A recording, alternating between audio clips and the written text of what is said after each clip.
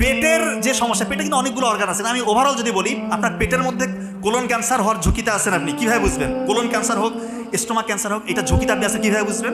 খুব ইম্পর্টেন্ট, এই কথাটা খুবই ইম্পর্টেন্ট। বাংলাদেশে আমি যত রোগী দেখি, হাজার হাজার পেশেন্ট আমি দেখি, বেশিরভাগ মানুষের মধ্যে দেখি এই সমস্যা। তার পায়খানার মধ্যে রেগুলারিটি নাই। সে নিয়মিত তো পায়খানা হবে, এক টাইমে পায়খানা হবে, দিনে দুবার হোক, একবার হোক, তিনবার হোক, টাইমটা তো একই রকম হবে।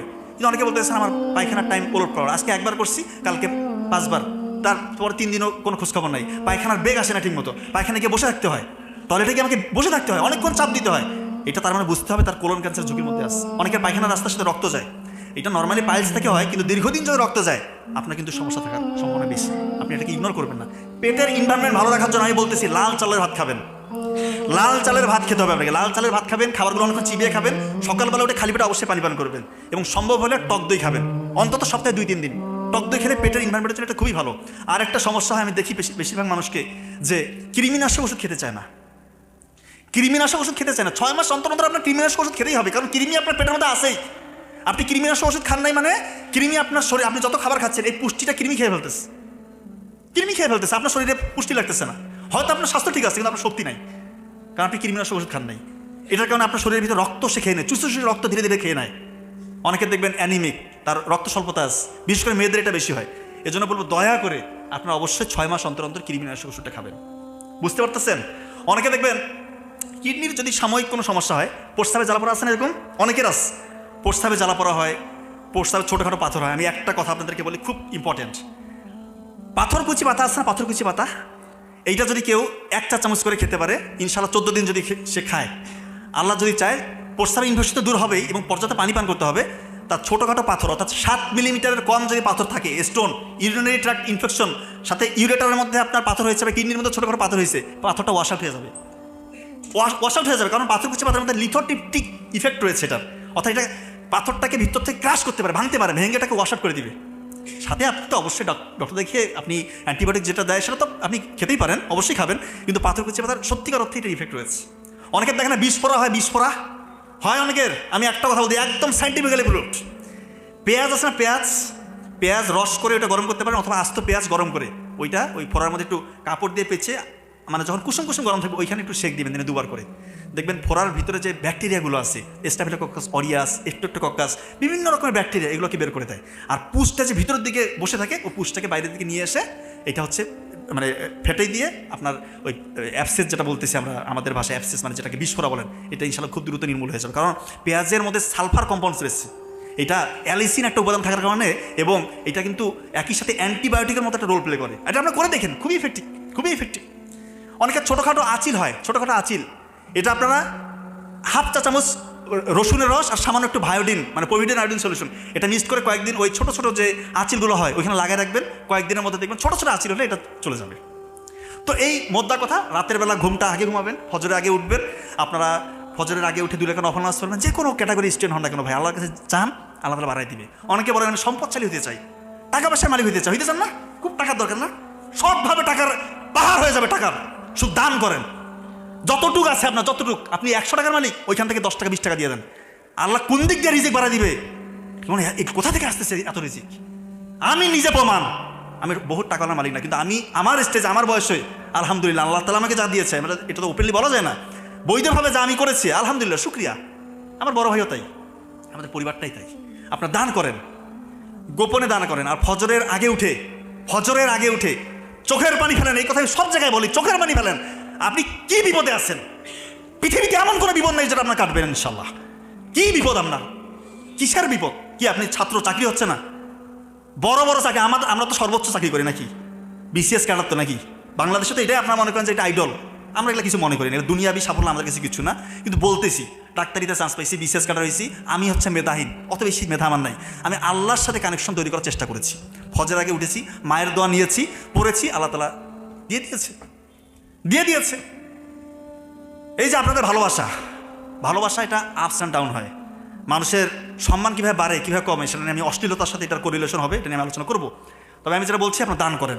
আমার কথাটা স্টাম্পে সাইন নেন, আমার প্রয়োজনে আপনার দান করেন। আপনার যদি রিজিক বৃদ্ধি না পায়, আমি চ্যালেঞ্জ করে বলতেছি, এটা অবশ্যই আপনার রিজিক বৃদ্ধি পাবে। টাকা কোন দিক থেকে আসবে আমি দিশা পাবেন না।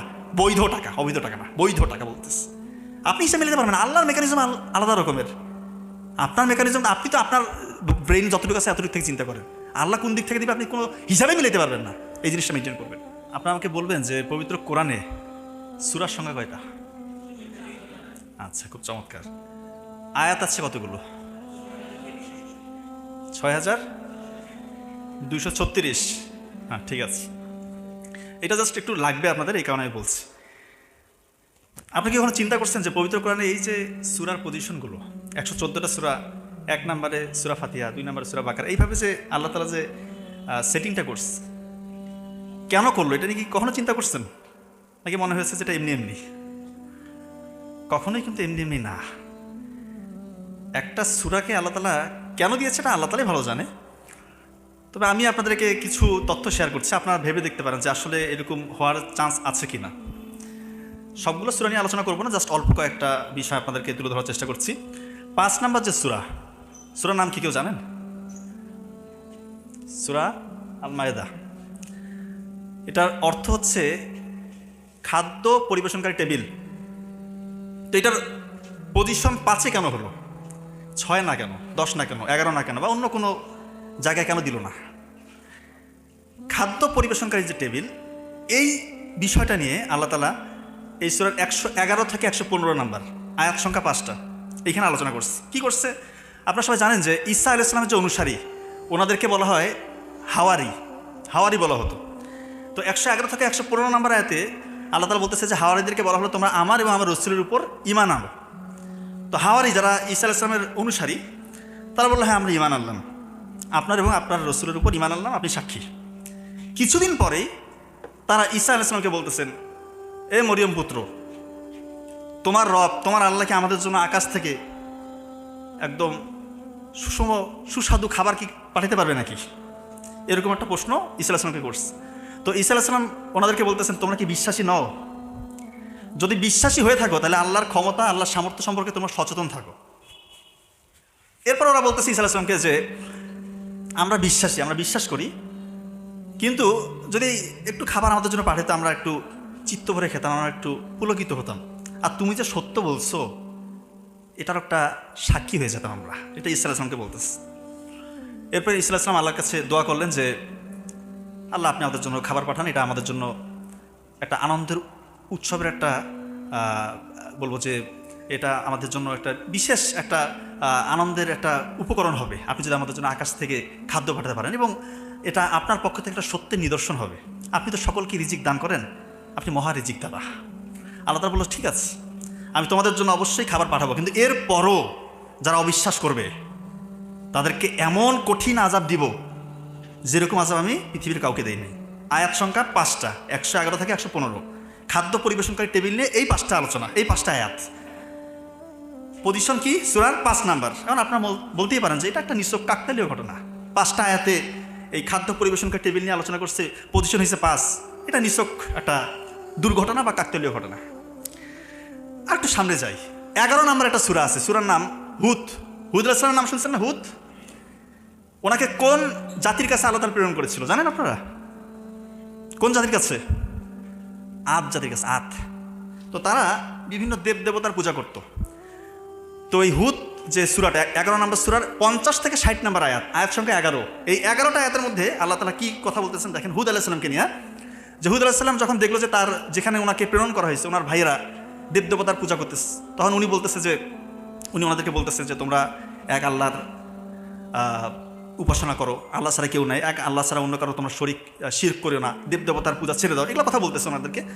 ওনারা বলতেছে যে তুমি যে সত্য বলতেছো এর তো কোনো প্রমাণ তোমার কাছে নাই, আমরা তোমাকে বিশ্বাস করি না। আর আমাদের কাছে মনে হচ্ছে তোমাকে আমাদের দেব দেবতারা তাদের কুদৃষ্টি, অশুভ দৃষ্টি তোমার উপর বলছে, এই জন্য তুমি উল্টাপাল্টা কথা বলতেছ।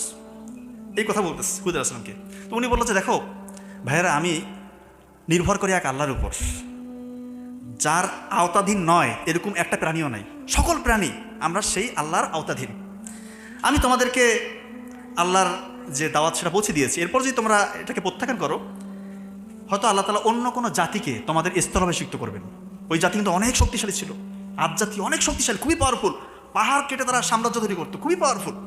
তো তারা তাদের হুদ আলাইহিস সালামের কথায় কোনো সাড়া না দিয়ে তারা বললো যে কবে তোমার আল্লাহ শাস্তি আসবে আমরা দেখবো, এরকম একটা কথাবার্তা।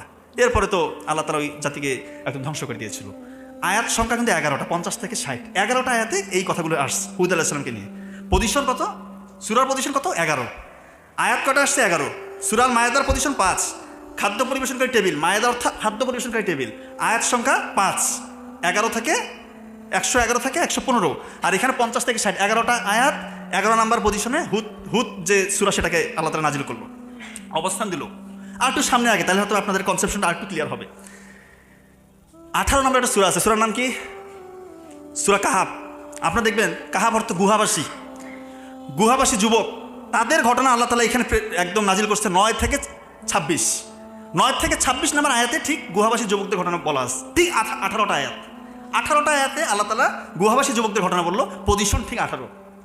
আর একটু সামনে পরের সূরাটি হচ্ছে সূরা মরিয়ম, 19 নম্বর সূরা। মরিয়ম আলাইহিস সালামকে নিয়ে ঘটনা দেখেন, এখানে 16 থেকে 34, ঠিক 19টা আয়াত।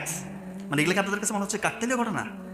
16 নম্বর সূরা দেখেন, 16 নম্বর যে সূরা, এটা হচ্ছে মৌমাছি নিয়ে আল্লাহ তাআলা বলতেছে। মৌমাছি, এখন মানুষ এসে, বিজ্ঞানীরা এই কিছুদিন আগে এসে বের করলো যে মৌমাছির ক্রোমোজোম সংখ্যা, পুরুষ যে ক্রোমোজোম সংখ্যা, হ্যাপ্লয়েড ক্রোমোজোম সংখ্যা 16, সেটা পজিশন দিচ্ছে 16। তো আল্লাহ তাআলা কোনো কিছু এমনি এমনি করেন নাই। লাস্ট যে একটা তথ্য দিব আপনাদের, যারা একটু সায়েন্স বুঝেন আপনারা মানে অবাক হয়ে যাবেন। আপনারা কি জানেন যে পৃথিবীর ঘূর্ণন বেগ কত? কত কিলোমিটার পার সেকেন্ড জানেন কেউ? 0.465 কিলোমিটার পার সেকেন্ড। আর আপনারা বলতেই পারেন এটা দিয়ে আপনি কি বোঝাচ্ছেন? আয়াত কয়টা সূরায়? পুরা কোরআনে 6236। ছায়া আছে না, ছায়া, এই যে আমাদের ছায়া পড়ে, গাছের ছায়া পড়ে, ছায়া কিন্তু ছোট হয়, বড় হয়, দীর্ঘ হয় না? দীর্ঘ হয়, ছোট হয়, ছায়া কিন্তু সবসময় স্থির থাকে না। তো আল্লাহ তাআলা 25 নম্বর একটা সূরার নাম আল ফুরকান, এটা 45 নম্বর আয়াতে আল্লাহ তাআলা বলতেছে আমি যদি চাইতাম ছায়াকে স্থির করতে পারতাম। 25 নম্বর সূরার 45 নম্বর আয়াতে আল্লাহ তাআলা এই কথা বলতেছে। তার মানে আল্লাহ যদি চাইতো, অর্থাৎ পৃথিবীর যে ঘূর্ণন, এটাকে যদি আল্লাহ তাআলা পৃথিবীটাকে কোনোভাবে, আল্লাহর কাছে এটা কোনো ব্যাপারই না, যদি স্থির করে দিতে পারতো, আমাদের ছায়া কিন্তু স্থির হয়ে থাকে, এটা ছোট হইতো না, বড় হইতো না। তার মানে এখানে পৃথিবীর ঘূর্ণনের সাথে একটা সম্পর্ক আছে। এই 25 নম্বর সূরার 45 নম্বর আয়াত, এই পুরা কোরআন মাজিদে এই যে আয়াতটা, এটার পজিশন আমরা বের করতে পারবো না? এটা পজিশন 2900। আপনার 2900কে 6236 দিয়ে ভাগ দিয়ে দেখেন কি আসে, ক্যালকুলেটর এখন টিপেন, 0.465। চিন্তা করেন, ছায়া নিয়ে, পৃথিবীর ঘূর্ণন নিয়ে একটা জায়গায় আলোচনা করলো, আর সেই জায়গাটা কোথায়? 2900। ওইটাকে 6236 দিয়ে ভাগ দিলে দেখেন রেজাল্ট চলে আসছে 0.465। পৃথিবীর ঘূর্ণন গতি এটা কিছুদিন আগে বের করছে, আর আল্লাহ তাআলা 1500 বছর আগে কি সুন্দরভাবে এটা আল্লাহ তাআলা নাজিল করে দিয়েছে, চিন্তা করেন।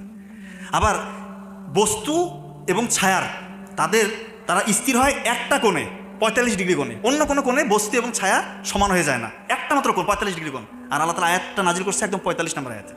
তা আমি এটা বলার উদ্দেশ্য এটাই যে পবিত্র কোরআন যে আল্লাহ তাআলার পক্ষ থেকে নাজিল হয়েছে, এটা নিয়ে বিন্দু মাত্র সংশয় নাই। সংশয় যে প্রকাশ করবে সে ধ্বংসপ্রাপ্ত, দুনিয়ায় ধ্বংসপ্রাপ্ত, আখিরাতে ধ্বংসপ্রাপ্ত, বিন্দু মাত্র সংশয় রাখা যাবে না। এবং এই পবিত্র কোরআনে যা কিছু বলা হয়েছে সব কিছু মানুষের উপকারের জন্য, জিন তাদের উপকারের জন্য। কে কোন ধর্মাবলম্বী ডাজেন্ট ম্যাটার, যদি কোরআনের কথাগুলো কেউ মেনে চলে সে দুনিয়াতে নিশ্চিত সাকসেসফুল হবে। পরকালের কথা পরে বললাম, এখানে অনেক ব্যাপার সেবার আসবে। কিন্তু দুনিয়াতেও যদি কেউ কোরআনের যে নির্দেশনাগুলো দেওয়া হয়েছে আমাদের জন্য, যে কথাগুলো মানতে বলা হয়েছে সেটা যদি কেউ মানে, যেগুলো নিষেধ করা হয়েছে সেটা যদি কেউ কেউ ত্যাগ করে, সে দুনিয়াতে নিশ্চিত সাকসেসফুল হবে।